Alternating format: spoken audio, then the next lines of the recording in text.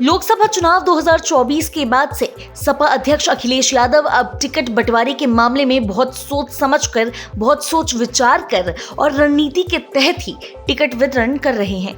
2024 के लोकसभा चुनाव में टिकट बंटवारे को लेकर अखिलेश यादव ने जो भी प्रयोग किए सब सफल साबित हुए।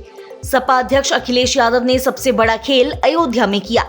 सपा प्रमुख अखिलेश यादव ने अयोध्या के सामान्य सीट पर दलित कार्ड खेलते हुए अवधेश प्रसाद को प्रत्याशी बनाया, जिन्होंने अयोध्या में बीजेपी के लल्लू सिंह को हराया। सपा अध्यक्ष अखिलेश यादव की यही सोशल इंजीनियरिंग अब यूपी उपचुनाव में भी काम आ रही है।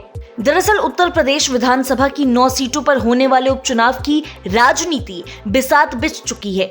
सपा और बीजेपी की इस चुनाव में आमने सामने की टक्कर है। हालांकि 9 सीट पर बसपा ने भी उम्मीदवार उतारे हैं, लेकिन माना जा रहा है कि लड़ाई असल में भाजपा और सपा के बीच ही होगी। सपा उपचुनाव में कांग्रेस को भी 2 सीटें यानी खैर और गाजियाबाद दे रही थी, लेकिन कांग्रेस 2 सीटों पर राजी ही नहीं हुई। जब कांग्रेस ने अपने कदम पीछे किए तो अखिलेश यादव ने उन दोनों सीटों पर भी अपने ही कैंडिडेट उतार दिए। फिर अयोध्या वाली रणनीति अपना ली गई और बीजेपी को मात देने के लिए सपा ने यहां बीजेपी के ब्राह्मण उम्मीदवार के सामने दलित प्रत्याशी को टिकट देकर बड़ा खेल कर दिया। गाजियाबाद और अलीगढ़ की खैर विधानसभा सीट पर बीजेपी की तगड़ी पकड़ है। बीजेपी की दोनों सीटों पर सियासी पकड़ को देखते हुए कांग्रेस ने उपचुनाव लड़ने से अपने कदम पीछे खींच लिए थे। इसके बाद सपा प्रमुख अखिलेश यादव ने गुरुवार शाम दोनों ही सीटों पर अपने उम्मीदवारों के नाम का ऐलान कर दिया, जिसमें खैर सीट पर चारू कैन और गाजियाबाद सीट पर सिंहराज जाटव को टिकट दिया गया है।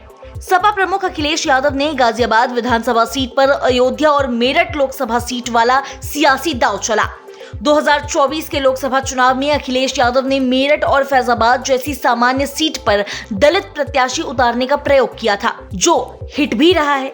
सपा ने फैजाबाद लोकसभा सीट पर अवधेश प्रसाद के रूप में दलित उम्मीदवार उतारा था, तो मेरठ सीट पर सुनीता वर्मा को प्रत्याशी बनाया था। सपा इन दोनों ही सीटों पर बीजेपी को कांटे की टक्कर देने में काफी हद तक सफल भी रही थी।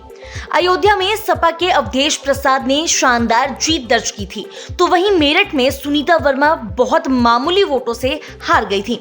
सपा ने फैजाबाद वाले सियासी प्रयोग को दोहराते हुए गाजियाबाद विधानसभा की सदर सीट पर भी सिंहराज जाटव को टिकट दिया है, जो दलित समुदाय से आते हैं। बीजेपी ने ब्राह्मण कार्ड चलते संजीव शर्मा को उतारा है, तो बसपा ने वैश्य समुदाय के आने वाले परमानंद गर्ग पर दांव लगाया है। ऐसे में सपा ने जनरल सीट पर दलित प्रत्याशी उतारकर एक तीर से कई निशाने साधे हैं। सपा अपनी इस रणनीति के जरिए यादव और मुस्लिम के साथ दलित वोटों को भी साधने में लगी हुई है। इसके अलावा जिस तरह से उन्होंने जाटव प्रत्याशी दिया है, उसका सीधा संकेत मायावती की कोर वोट बैंक में सेंधमारी का है। गाजियाबाद सीट पर दलित वोटर बड़ी संख्या में हैं, जिसे अगर सिंहराज जाटव के जरिए अपने हाथ जोड़ने में कामयाब रहते हैं तो बीजेपी और बसपा दोनों का खेल बिगड़ सकता है। इस उपचुनाव में सपा की नजर दलित और मुस्लिम गठजोड़ पर है।